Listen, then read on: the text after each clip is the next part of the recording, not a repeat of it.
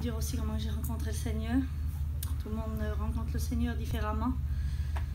Comme je dis souvent, comme il y en a qui disent qu'ils ont grandi dans un foyer chrétien, pour moi ça aurait été un privilège. J'ai pas grandi dans un foyer chrétien. Ça a été tout le contraire pour moi. J'ai grandi dans un foyer où j'étais réveillée par les cris, par les querelles. Je m'endormais très tard parce que le soir ça criait, ça se battait. Il fallait que j'aille chercher quelqu'un pour les séparer. J'étais au milieu et je pleurais. Et j'ai grandi comme ça. Et mes tantes, pour que j'arrête de voir ça, il y avait des réunions chez nous à Pontivy, dans un camping. Ça a commencé comme ça. Et puis eux, ils me prenaient et ils m'emmenaient tous les mercredis. Ils disaient, on va la prendre la petite, elle verra moins ce qui se passe chez elle.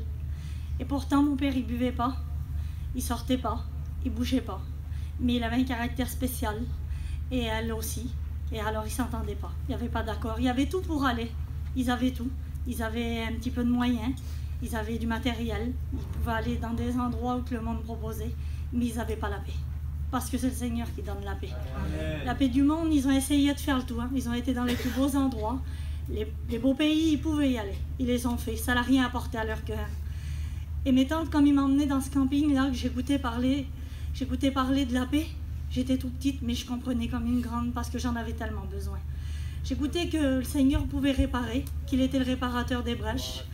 J'écoutais qu'il disait que lui reconstruisait sur les ruines. Si petite que j'étais, je comprenais que le foyer de mes parents était ruiné. Je comprenais qu'il n'y avait pas d'espoir. Alors comme il parlait de la paix, là, je disais, cette paix-là, il faut que je la ramène chez moi. Et quand je revenais chez moi, là, je disais, oh non, là-bas, il se passe quelque chose de bon. Il faut que tu viennes. Elle disait, mais ma fille, pourquoi tu pleures? Tu reviens de là-bas puis tu pleures. J'ai dit, ma mère, si tu serais ces pleurs-là, c'est pas les mêmes quand vous se battez, toi et le papa. C'est pas les mêmes pleurs. Ceux-là, c'est des pleurs de joie. C'est pas des pleurs qui me font mal. Je sens quelque chose de bon là-bas. Il faut que tu viennes. Et quand elle m'a vue comme ça, elle dit, ma fille, je viendrai. Mais pour elle, son foyer était foutu. Il n'y avait pas d'espoir. Quand elle est venue, c'était pour faire une expérience, mais c'était même pas pour son foyer. Mais quand elle est venue, elle a vu que c'était bon. Elle a rencontré le Seigneur. Elle a fait son expérience personnelle.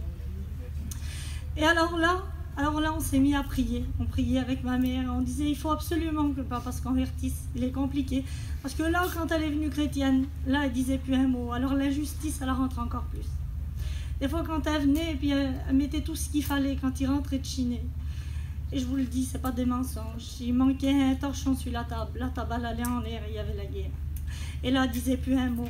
Et puis 2 heures plus tard, il écoutait, elle prenait son foulard et il l'écoutait chanter au loin parce qu'elle chantait pour le Seigneur. Il disait, il nous l'a dit plus tard, il disait en lui-même, il disait, qu'est-ce que j'ai fait? Tout ce que j'ai fait, elle chante pour le Seigneur. Mais il pouvait pas parce qu'il était pris par le monde, il était pris par le mal. Et tout ça en faisant rien, tout ça en buvant pas, mais il y avait une force, je sais pas, qui le poussait à être méchant. Il voyait même pas qu'il nous faisait pleurer. Et un jour, il s'avait passé encore une grosse bataille. Il faisait souffrir tout le monde autour de lui. Et il nous disait toujours qu'il ne recommencerait pas. Et là, un jour, il s'avait passé encore une grosse bataille. Et on est monté chez nous avec mon petit frère. Et puis, lui, il était tout petit. Et on est tombés à genoux tous les deux. Et on n'en pouvait plus. Et puis, on était dans le désarroi. Et on a eu une conversation de 2 petits-enfants. Et il a dit, ma soeur, on écoute que le Seigneur change les personnes. On écoute que la prière la prière, elle peut faire raccourcir les choses, elle fait raccourcir le temps. Plus qu'on prie, s'il doit arriver les choses dans 10 ans, mais plus qu'on prie, il paraît que ça peut arriver plus vite. Alors, ça va nous coûter. Qu'est-ce qu'on pourrait faire de dur? Je dis, mon frère, quoi de plus dur que se lever en pleine nuit? On va supplier le Seigneur, on va se lever en la nuit s'il faut, mais nous, on n'en peut plus. On a pris la décision, on n'a rien dit à personne, on a pris la décision de se lever en pleine nuit. On avait un petit réveil, on avait 2 petits lits superposés et puis on avait mis le réveil à 3 h du matin. Et on avait dit, on va le faire pendant 1 mois et il faut que dans l'année, il soit brisé. Mais on n'en parlera à personne. Et à 3 h du matin, on a mis notre petit réveil. Et à 3 h, ça sonnait. Et lui, il commençait à prier, il était en haut. Et il suppliait le Seigneur. Et puis après, c'était mon tour et je suppliais le Seigneur. Et c'était pas des prières, c'était des prières et des supplications. Mais là où que personne ne le savait, le Seigneur, lui, de son ciel de gloire, il voyait, il écoutait la prière. Amen. Mais il n'a pas fait que de voir. Il a entendu, il a répondu aux prières, il a exaucé. Et dans la même année, il a été brisé.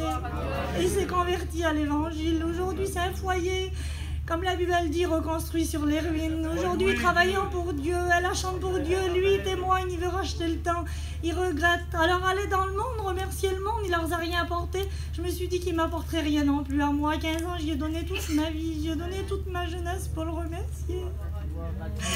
Et les mots, je ne les ai pas. Alors dans mon cœur, j'ai pris une décision. J'ai dit, Seigneur, tout ce que tu demanderais, je le ferai.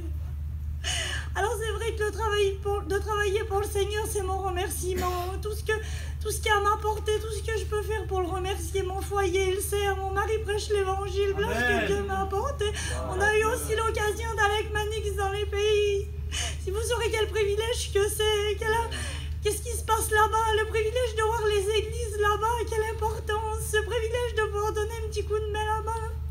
Ça m'a pas fait peur parce que je voulais remercier Dieu ce qu'il a fait. Aujourd'hui, les mots, je les ai pas. Alors, ce que je veux, c'est travailler pour lui. Faites une expérience parce que rien n'est impossible à Dieu. Amen.